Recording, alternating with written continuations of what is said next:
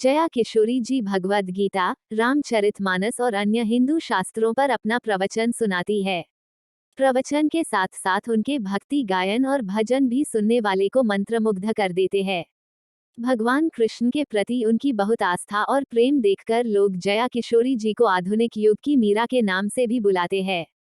अगर आप भी हिंदू धर्म वक्ता जया किशोरी जी के बारे में जानना चाहते हो तो आप बिल्कुल सही जगह पर हो। उन्हें बचपन से ही संस्कृत के श्लोक याद करने के शुरू कर दिए थे। बता दें कि जया किशोरी ने बी.कॉम तक की पढ़ाई की है। आइए जानते हैं उनकी पूरी कहानी। जया किशोरी का जन्म 13 अप्रैल 1995 को राजस्थान के सुजानगढ़ में हुआ था। फिलहाल उनकी उम्र 27 साल है। वह एक मोटिवेशनल स्पीकर हैं। उनके फॉलोअर्स की संख्या लाखों में है। जया किशोरी के परिवार में उनके पिता शिव शंकर शर्मा और मां सोनिया शर्मा के अलावा छोटी बहन चेतना शर्मा भी हैं। मीडिया रिपोर्ट्स की माने तो अब पूरा परिवार कोलकाता में रहता है। किशोरी उपाधि मिलने से पहले जया अपने नाम के आगे शर्मा लिखती थीं।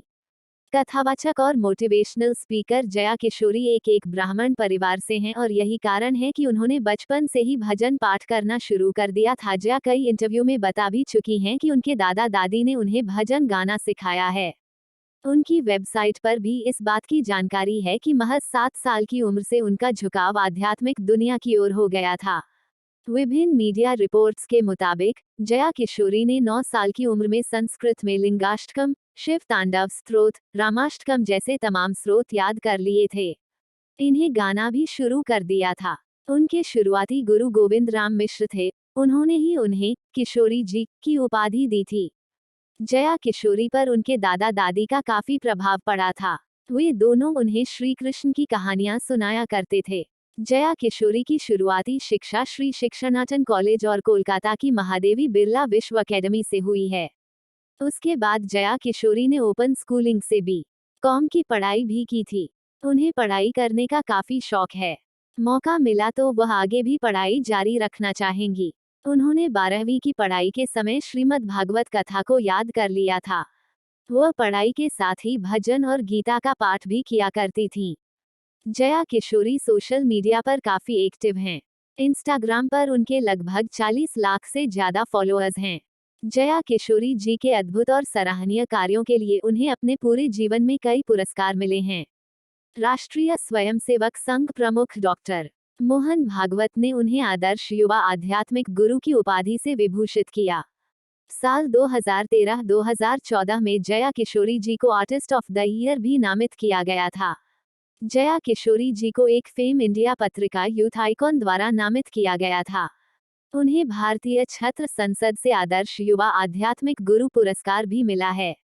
वह अपने शुरुआती दिनों में गोविंदराम मिश्रा और स्वामी रामसुखदास और पंडित विनोद कुमार जी के संरक्षण में उपदेश दिया करती थीं। गोविंदराम मिश्रा उन्हें राधा कहते थे। भगवान कृष्ण के प्रति उनके प्रेम को देखने के बाद मिश्रा ने उन्हें किशोरी जी की उपाधि दी। तब से उन्हें किशोरी जी के नाम से जाना जाता है।